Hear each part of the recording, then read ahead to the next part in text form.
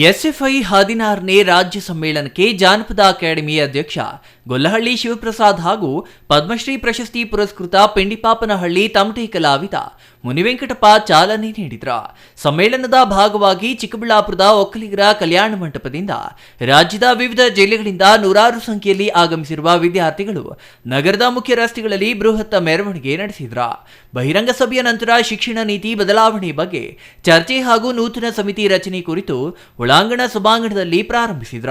ಭಾರತ ವಿದ್ಯಾರ್ಥಿ ಫೆಡರೇಷನ್ ಸಂಘಟನೆ 16ನೇ ರಾಜ್ಯ ಸಮ್ಮೇಳನ ಚಿಕ್ಕಬಳ್ಳಾಪುರ ನಗರದ ಕೆಬಿ ಸಮುದಾಯ ಭವನದಲ್ಲಿ ಇಂದಿನಿಂದ 3 ದಿನಗಳ ಕಾಲ ಪ್ರಾರಂಭಿಸಲಾಯಿತು.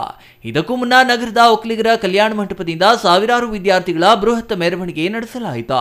ಬಳಿಕ ನಗರದ ಕೆಬಿ ಸಮುದಾಯ ಭವನದ ಆವರಣದಲ್ಲಿ ಹಮ್ಮಿಕೊಂಡಿದ್ದ ಬಹಿರಂಗ ಸಮಾವೇಶವನ್ನ ರಾಜ್ಯ ಜಾನಪದ ಅಕಾಡೆಮಿ ಅಧ್ಯಕ್ಷ ಗೊಲ್ಲಹಳ್ಳಿ ಶಿವಪ್ರಸಾದ್ ಹಾಗೂ ಪದ್ಮಶ್ರೀ ಪ್ರಶಸ್ತಿ ಪುರಸ್ಕೃತ ಪಿಂಡಿಪಾಪನಹಳ್ಳಿ ಮುನಿವೆಂಕಟಪ್ಪ ಚಾಲನೆ ನೀಡಿದ್ರು. ಉದ್ಘಾಟನೆ ಭಾಷಣ ಮಾಡಿದ ಜನಪದ ಅಕಾಡೆಮಿ ಅಧ್ಯಕ್ಷ ಗೊಲ್ಲಹಳ್ಳಿ ಶಿವಪ್ರಸಾದ್, ಧರ್ಮ ರಾಜಕಾರಣ ನಡೆಯೋದಿಲ್ಲ, ಬದಲಾವಣೆ ಜಗತ್ತಿನ ನಿಯಮ. ಬೆಳಕು ಆದ ಮೇಲೆ ಕತ್ತಲು ಬರೋದು ಎಷ್ಟು ಸತ್ಯವೋ ಬದಲಾವಣೆಯೂ ಅಷ್ಟೇ ಸತ್ಯ. ನಾಜಿಯಿಸಂ ಭಾರತ ದೇಶದಲ್ಲಿ ನಡೆಯೋದಿಲ್ಲ. ಮುಸಲೋನಿ, ಹಿಟ್ಲರ್ ಕಾಲ ಮುಗಿದು ಹೋಗಿದೆ. ಭಾರತ ಸಾಧು ಸಂತರು, ವಿಜ್ಞಾನಿಗಳು, ಪ್ರಗತಿಪರರು ಇರುವಂತಹ ಕಡೆ ಹಿಟ್ಲರ್ ಪ್ರವೃತ್ತಿ ನಡೆಯೋದಿಲ್ಲ. ಇದು ಭಾರತ.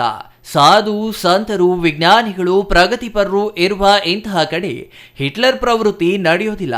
ವಿದ್ಯಾರ್ಥಿಗಳು ತಮ್ಮ ಏಳಿಗೆಗೆ ಓದಬೇಕು, ಉನ್ನತ ಶಿಕ್ಷಣ ಪಡೆಯಬೇಕು, ತನ್ನ ಕಾಲ ಮೇಲೆ ನಿಂತುಕೊಳ್ಳಬೇಕು. ಆದರೆ ದೇಶೋದ್ಧಾರದ ಮನೋಭಾವನೆ ಬೇಡಬಾರದು ಎಂದ್ರ.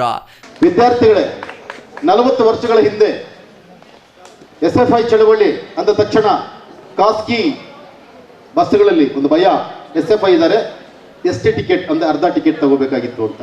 40 ವರ್ಷಗಳ ಹಿಂದೆ ಒಂದು ಭಯ, ಧರ್ಮ ರಾಜಕಾರಣ ನಡೆಯಲ್ಲ, ಈ ಕಾಲೇಜಲ್ಲಿ ಎಸ್ಎಫ್ಐ ಹುಡುಗರಿದ್ದಾರೆ ಅಂತ.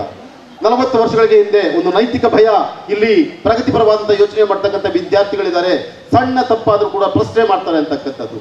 ಇವತ್ತು ಆ ಜಾಗ ಬೇರೆ ಬೇರೆ ತರದ ಮೊದಲುಗಳನ್ನು ತಗೊಂಡಿದೆ.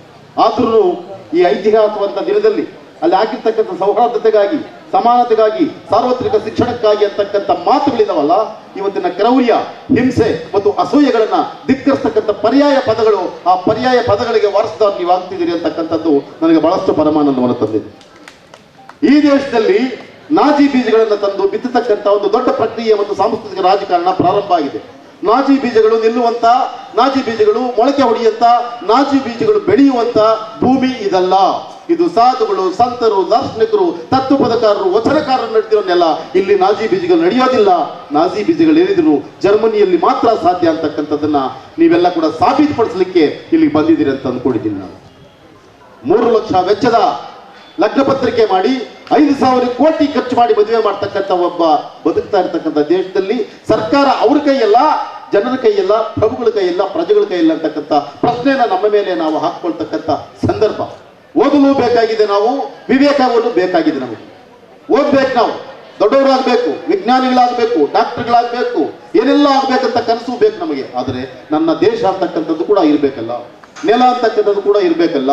ಸಮ್ಮೇಳನ ಸ್ವಾಗತ ಸಮಿತಿ ಅಧ್ಯಕ್ಷ ಡಾಕ್ಟರ್ ಅನಿಲ್ ಕುಮಾರ್ ಮಾತನಾಡಿ, ರಾಷ್ಟ್ರಕವಿ ಕುವೆಂಪು ಅವರು ಬರೆಯುತ್ತಿರುವ ಕಾಲಘಟ್ಟದಲ್ಲಿ ನಡೆಯುತ್ತಿದ್ದ ಬದಲಾವಣೆಗಳೇ ಅಷ್ಟೊಂದು ರೋಮಾಂಚಕವಾಗಿತ್ತು.